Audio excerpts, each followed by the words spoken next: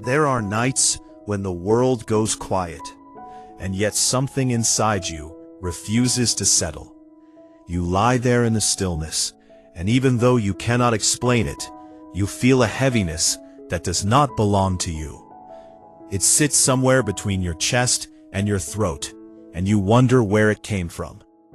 You have not done anything wrong today. You have not received bad news, and yet there is this ache, this unexplained awareness that someone, somewhere, is carrying you in their heart with a weight they cannot seem to put down. And maybe that is why you are here right now, listening to this. Not by accident, not by algorithm, but because your spirit needed to hear something that your mind has been wrestling with for longer than you realize. You see, we do not always understand the full measure of who we are to others. We walk through life thinking we are ordinary, thinking we are forgettable, thinking that once we leave a room or a relationship or a season, people simply move on and continue without us. But that is not how the heart works. That is not how love works. And that is certainly not how God designed us to affect one another. There is someone right now who is not doing well without you. And I do not say that to place guilt on your shoulders, or to make you feel responsible for their pain. I say it because you need to understand the weight of your own presence. You need to understand that you are not invisible, you are not forgettable, and the life you have lived, even the parts you consider unremarkable, has left a mark so deep that someone is still trying to find their footing without you. The Bible speaks often about the way we are woven into one another's lives. In the book of Ecclesiastes, the writer reflects on how a cord of 3 strands is not easily broken. He is speaking about community, about partnership, about the way God brings people together not just for convenience, but for strength. And when one of those strands is removed, when someone we love is no longer beside us in the way they once were, there is a tearing that happens. It is not clean, it is not quiet, and it does not heal overnight. You were one of those strands for someone. Maybe you still are. And even though you may have needed to step away for your own healing, for your own growth, for your own peace of mind, that does not erase the bond that was formed. It does not undo the love that was real. It simply means that both of you are now learning how to carry what remains. I want you to sit with that for a moment, not with guilt, but with understanding. There is a difference between feeling responsible for someone's pain and recognizing that your presence mattered so much that your absence has created a space no one else can fill. You are not required to go back and fix what broke. You are not required to sacrifice your own peace to soothe someone else's grief. But you are allowed to acknowledge that you meant something, that you still mean something, and that the love you gave was never wasted. So often, we leave relationships or seasons or situations feeling like we failed. We replay conversations, we second-guess decisions, we wonder if we could have tried harder or loved better or held on just a little bit longer. And all the while, we forget that sometimes walking away is the bravest thing we can do. Sometimes the most loving choice is the one that looks like goodbye. God does not ask us to stay in places that diminish us. He does not ask us to remain in relationships that break us down instead of building us up. He is a God of peace, and He leads His children toward peace, even when that path requires painful separation. But here is what I want you to hold on to tonight. Just because something ended does not mean it was meaningless. Just because you had to let go does not mean you did not love deeply.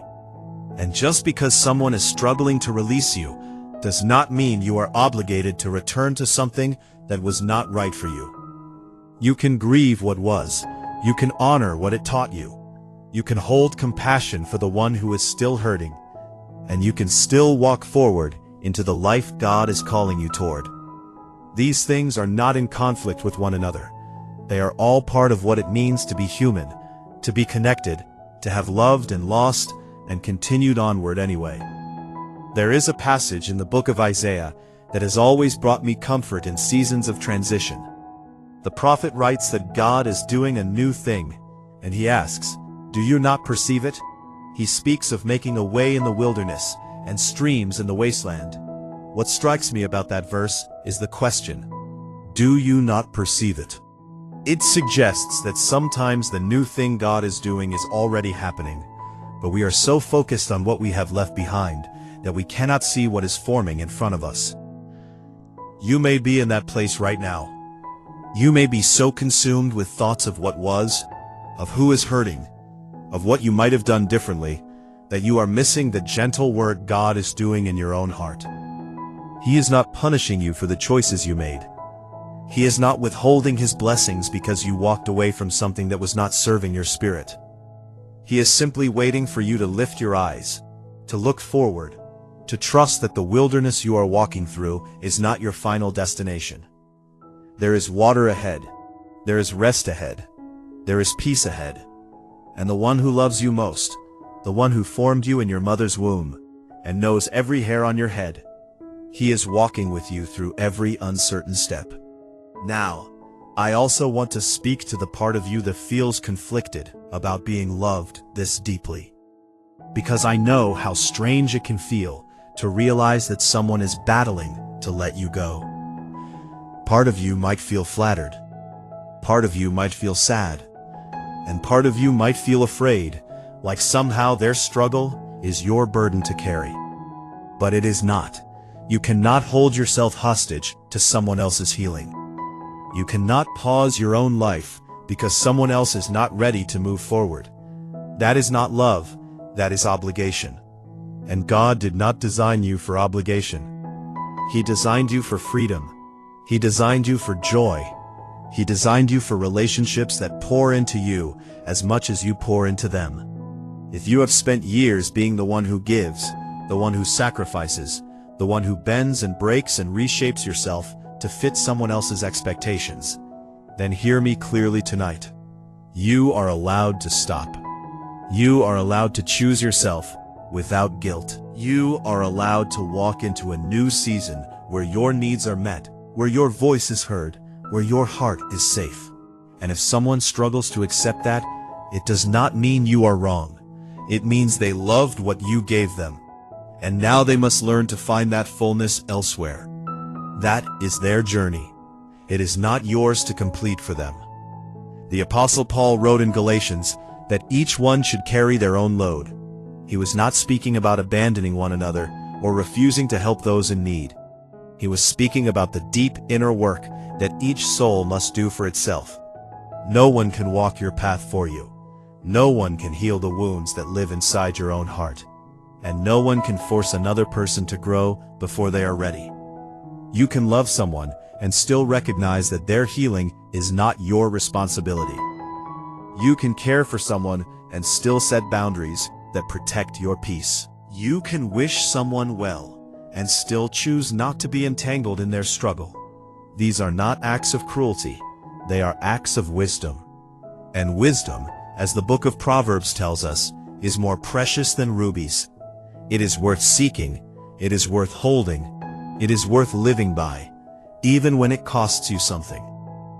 If you are finding comfort in this message tonight, I invite you to stay a while longer with this channel. Angels Decode is a space for people who are seeking clarity, peace, and encouragement through the lens of faith. Subscribing is a simple way to return whenever you need a word that speaks to your spirit. But more than that, I want you to know that you are not alone in what you are feeling. There are others listening to this very message who understand the weight of being loved deeply and the strange grief of walking away from something that was not meant for them. You are part of a community, even if you never see the faces of the others walking beside you. Now, let us return to the heart of this message. Someone is crying because of the mark you left, and I want you to understand what that means. It means you showed up. It means you gave something real. It means that in a world full of shallow connections and temporary affections, you were the kind of person who made someone feel seen, known, and held. That is not a small thing. That is a gift. And even if the relationship did not last, the gift you gave will continue to shape that person long after you are gone. They will remember how you made them feel. They will carry the lessons you taught them, even the ones you taught unintentionally. They will measure future connections against the standard you set. And whether they realize it or not, you help them understand what it means to be truly loved. You did that. You, with all your imperfections, with all your doubts, with all the moments you felt like you were not enough, you left a mark that time will not erase. And the tears they are crying now are not just tears of grief. They are tears of recognition. They are the soul's way of honoring what was sacred. They are the heart's way of saying, "This mattered, you mattered, and I do not know how to hold this world without you in it, the way you were." So if you have been wondering whether you made a difference, let this be your answer. You did. You do. And you will continue to, because that is simply who you are. But I also want to offer you this final encouragement. Do not let the weight of being remembered keep you from moving forward. Some of us are so afraid of being forgotten that we cling to relationships past their expiration. And others of us are so burdened by the knowledge that we are remembered that we feel frozen, unable to fully step into our next chapter because we are still looking back. You are allowed to be remembered and still move on. You are allowed to be loved and still walk away. You are allowed to honor what was and still reach for what could be. God is not asking you to forget your past. He is asking you to trust Him with your future. And those are very different things. The past has shaped you. It has taught you. It has softened and strengthened you in ways you are only beginning to understand. But the future is where your calling lives. The future is where your healing deepens. The future is where the promises God has spoken over your life will begin to unfold in ways you cannot yet imagine. So tonight, as you prepare to close your eyes and rest, I want you to release the weight of being someone's anchor. You are not responsible for keeping anyone else afloat. You are responsible for your own peace, your own growth, your own relationship with the God who calls you beloved. And if someone is struggling to let you go, whisper a prayer for them. Ask God to comfort their heart. Ask Him to bring them the peace that only He can provide. And then, gently, lovingly, let them go in your spirit as well. Because holding on to their holding on will only keep you both stuck. Freedom comes when we trust that God is big enough to take care of everyone. Freedom comes when we stop trying to be the Savior and let the real Savior do His work. Freedom comes when we open our hands and say, "Lord, I trust you with what I cannot carry," and He will take it. He always does. Before I leave you tonight, I want to say one more thing. Thank you for being here. Thank you for listening with an open heart. Thank you for seeking wisdom instead of easy answers. The fact that you stayed through this message tells me something about your spirit. You are someone who takes faith seriously. You are someone who wants to grow, even when it is uncomfortable. You are someone who believes that there is more to this life than what the eyes can see. And you are right. There is more. There is so much more waiting for you. If this message touched you tonight, feel free to leave a word of encouragement in the comments. Not for me, but for the others who will listen after you. Sometimes the right comment at the right time is exactly what someone needs to hear. And sharing this video might be the way God uses you to reach someone who is searching for the same peace you found here. But whatever you do, carry this truth with you as you go. You are loved beyond measure. You are remembered with tenderness. You have left a mark that will never fade. And the God who brought you this far will not abandon you now. He is with you in the quiet. He is with you in the questions. He is with you in the letting go and the moving on. Rest in that tonight. Rest in Him, and know that whatever tomorrow brings, you will not face it alone. Grace and peace to you, dear friend.